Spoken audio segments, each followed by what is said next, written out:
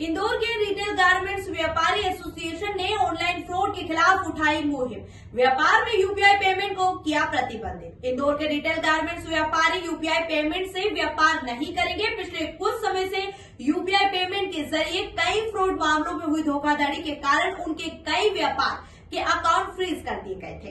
विरोध में अब व्यापारी केवल क्रेडिट कार्ड और नकद भुगतान स्वीकार करेंगे। इंदौर के रिटेल गारमेंट्स व्यापारी एसोसिएशन के 600 से अधिक व्यापारियों ने इस फैसले को समर्थन दिया है। इस फैसले से व्यापारी को उम्मीद है कि इससे ऑनलाइन फ्रॉड की घटनाओं में कमी आएगी और उनका व्यापार सुरक्षित रहेगा।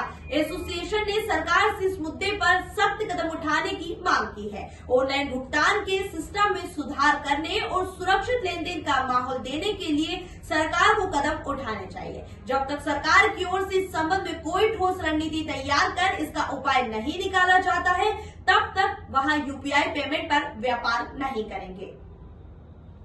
सर, इस तरीके का आपने पेमेंट बंद करा है, ऑनलाइन पेमेंट लेना व्यापारी द्वारा बंद कर दिया गया है सर। हम व्यापारियों क्या, हम भारत सरकार की ऑनलाइन पेमेंट की व्यवस्था के भागीदार हैं। हमको एक बड़े धोखे से गुजरना पड़ गया है।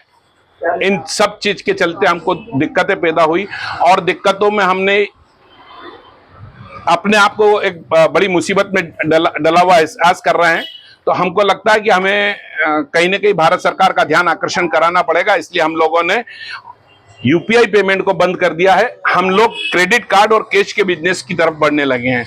हमारी जब तक सुनवाई नहीं होती है, जो खाते ब्लॉक होना ये एक अनुचित प्रक्रिया है। व्यापारी कभी चोर नहीं हुआ। व्यापारी माल बेचता है, टैक्स अदा करता है, भारत सरकार का खजाना भरता है, अपने बच्चे और अपने पेट पालता है, अपने साथ जुड़े लोगों के पेट पालता है, कई सारे कर्मचारियों को पालता है। ऐसी व्यवस्था से हमारे व्यापार बंद होने लगेंगे।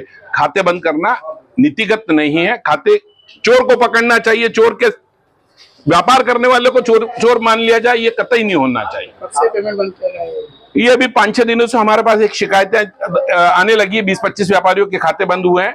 हमने एक मुहिम शुरू करी है। जब तक हमारी सुनवाई नहीं होती है तब तक हम कैश का व्यापार करें, कैश की तरफ रुझान रखेंगे। जो भी फर्क आएगा वो सही है, लेकिन व्यापार जागरूकता जरूरी है। साइबर फ्रॉड बहुत बड़ा हो रहा है और हमको लगता है कि इसमें देश ने विदेशी चैनलें काम कर रही है।